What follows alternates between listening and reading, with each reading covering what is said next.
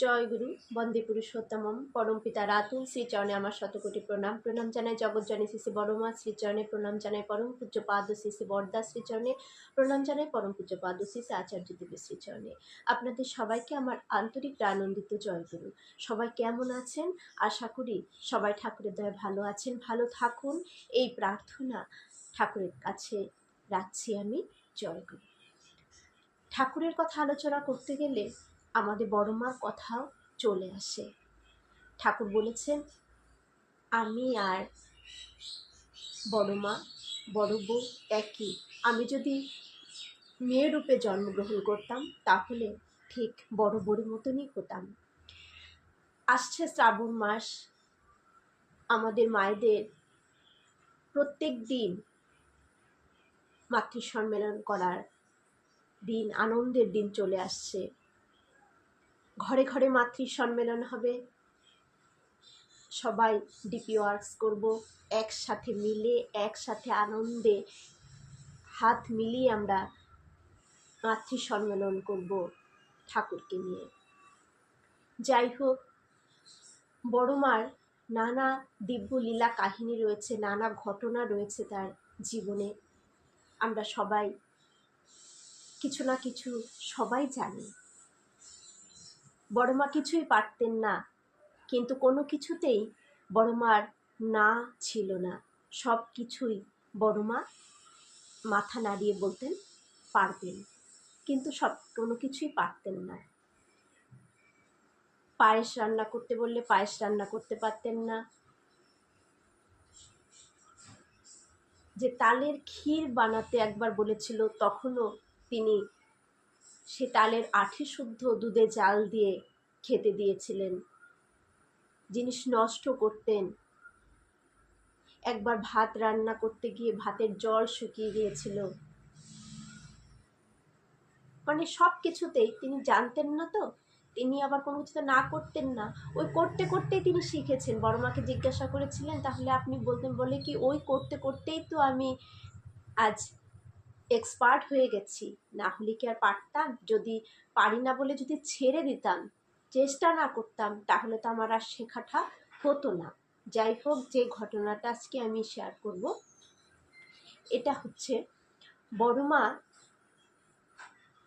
ঠাকুর ঘরে ঠাকুর বিছানা শুতেন, নিচে একটা জায়গায় তিনি রাত্রে শয়ন করতেন। তো বড় মার খুব কষ্ট করে, তো ঠাকুর বড় মা একটা সময় তাদের গিয়েছেন, তো বড় মার নাকি একটা কাপড়ই ছিল, একটা কাপড়ই মোটে বড় মার ছিল, ওটাই ধুয়ে ঠুয়ে পরিষ্কার করে বড় মা পরতেন। আর একটা বড় একটা গামছা ছিল, সেই গামছাটা বড় মা পরে পেঁচিয়ে পরে রাত্রে ঘুমোতেন। তো এমন একদিন শুয়ে ঘুমিয়েছেন, তো অনেক পুরনো হতে হতে দেখবেন আমাদের শরীরে অনেক সময় একটু টান লাগলে, টাইট হলে একদম ছিঁড়ে যায়। ঠিক এমন করে বড় মার গামছাটা পেছন দিক দিয়ে পট করে ছিঁড়ে গেছে। যেই গামছাটা ছিঁড়ে গেছে, বড় মা একটা লজ্জা বোধ পাচ্ছে। তখন ঠাকুরকে বললেন, আমার গামছা এনে দিও, আমার এই গামছাটা ছিঁড়ে গেল। তখন ঠাকুর বড় মাকে কি বলেছেন জানেন?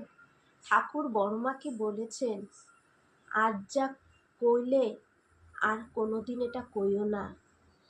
তুমি আজ যা কইলে বড় বউ, এটা আর কোনোদিন কইও না। কি কইও না, কেন না করলেন, এটা শুনো।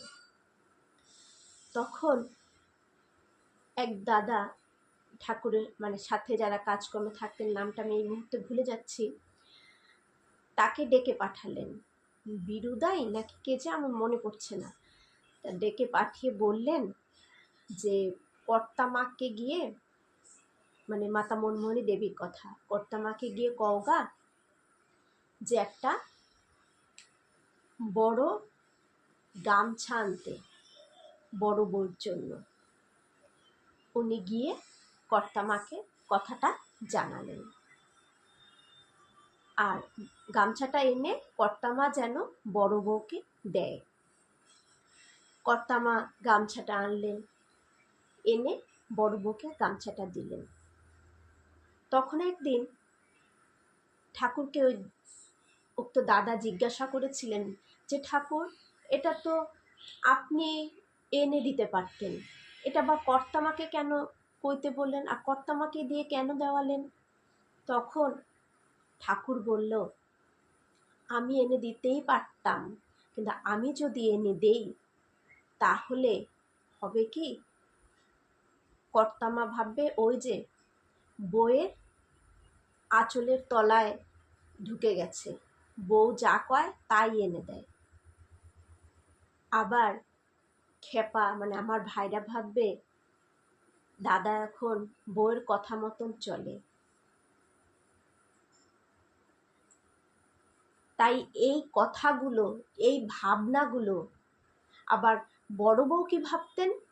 বড় বউ ভাবতেন যে আমার স্বামীর সর্বেশা, আমার স্বামীকে বললেই হবে, কর্তামা এদের বলার কোনো দরকার নেই, মানে তাদের ভ্যালুটা নষ্ট হয়ে যাবে। ঠাকুর কিন্তু এটাই বোঝালেন, যে কারো কাছে কারো ভ্যালু যেন নষ্ট না হয়। বড় বউ মানে বড় মা জানবে যে বাড়ির প্রধান হচ্ছেন কর্তামা, মানে মাতা মনমণি দেবী, যিনি শাশুড়ি, তার কথা মতোই সব হবে, তিনি সবাইকে সব কিছু যার যখন যেটা প্রয়োজন তিনিই দেবেন। আবার কর্তামা ভাববেন যে ঠাকুর নিজের ইচ্ছায় কখনো কিছু করেন না, আমাকে দিয়েই করান। আবার তার ভাইরা ভাববেন যে বড়দা বড় বউয়ের আঁচলের নিচে নেই, বড় বউর কথা না, বড় কর্তামার মতনই বা মায়ের নির্দেশ মতো মায়েরকে দিয়ে সব করান, তাহলে সব কিছু সুন্দর থাকবে। একটা সংসারে কিভাবে সুন্দর রাখা যায়, প্রত্যেকের প্রতি সম্মান কতটা, সেটা কিন্তু ঠাকুর এই একটা ছোট্ট ঘটনার মধ্য দিয়ে আমাদের বোঝালেন। কিন্তু আমাদের বেলায় এটা কি হতো? হতো না। ঠাকুর কিন্তু এভাবেই আমাদের করিয়ে শিখিয়েছেন।